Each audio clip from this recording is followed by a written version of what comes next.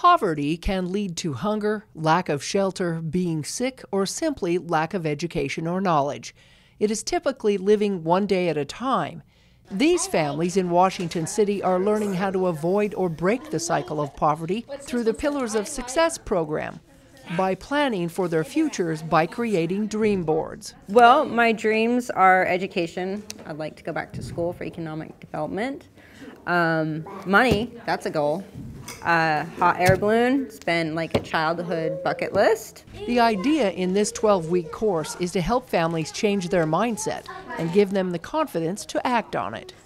Having the repetitive, consistent reminders, help, resources, motivation to keep doing and get to where I want to be in life. There are two kinds of poverty: situational poverty versus intergenerational poverty. While one is easier to resolve, the other just grows and continues from generation to generation. Here in Washington County, we see that we're 4 generations deep. So if a family is intergenerational poverty, 4 generations deep, that usually means that they have no access or knowledge of how to get out of that poverty, because that's all they see. It's the same thing. If I've been raised on food stamps, I'm going to get food stamps. If nobody went to college, I'm not going to college, because I'm going to parrot what I have been seeing in my family history. Utah measures intergenerational poverty based on the use of 4 public assistance programs. Washington County has one of the highest poverty levels in Utah. We're actually one of the highest counties as far as our poverty rate, with about 45% of our citizens needing some sort of assistance that would put them into the classification of poverty. Of those, 16% are considered generational. We also have a problem with what we call a poverty cliff. In other words, people will qualify for a program today, take Medicaid, and then once they get even a small job, they lose that benefit.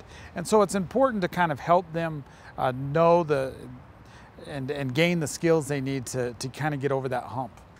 Iverson and Hollowell, along with others, have formed an IGP committee to address 4 areas. Looking at how do we put in several pillars that make families successful. And some of that might be family and economic stability. Some of that might be education. Some of that might be transportation. Those are key pieces into, if you can solve those problems, you can solve the intergenerational poverty. One reason many people become stuck in poverty is due to working lower-income part-time jobs and lacking education to move up.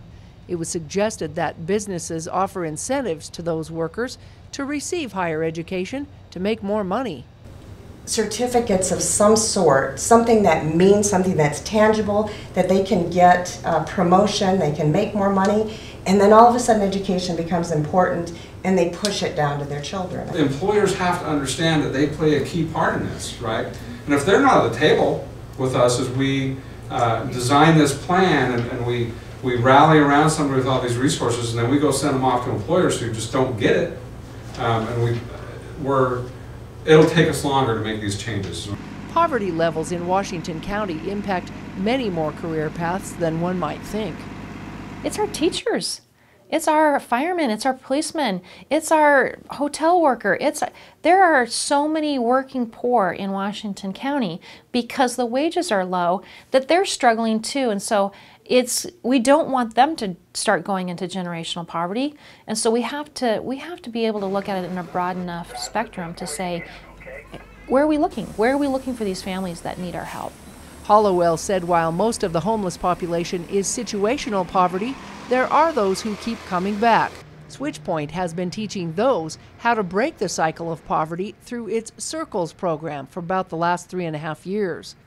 The magic of it happens when we match them up with a middle-class mentor. So after 12 weeks, they're matched up with a mentor, and then they build that relationship, and that relationship is really what teaches them then all of the middle-class thinking and behaviors. That old adage of you can give a person a fish or you can teach them to fish. This is teaching people to fish.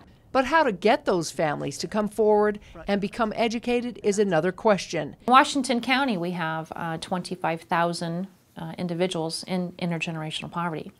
And for us to get to a tipping point, which would be 2,500 people, tipping point for us is 10%, to make a change, to really get a shift going, is how do we attain that? How do we get to that 2,500 individuals? That's why the county is willing to offer incentives covered by grants to pay those who refer a $50 stipend. And so it's easy to say, I'll hand them a flyer, but it has to be an internalization. And I think for us, it starts with my folks that work for me.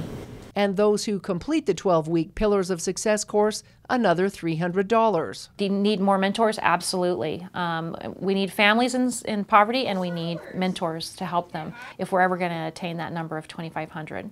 The IGP committee is hoping to fill the room with families in the new Pillars program. The idea is to get the word out through schools and other families on the importance of how to avoid going down the same road for generations to come. If we want to do what's best for our family, whoever we are that making the decisions, we got to stop being prideful and need to be more humble to make sure that we are doing what's best for not only our family, but our grandkids.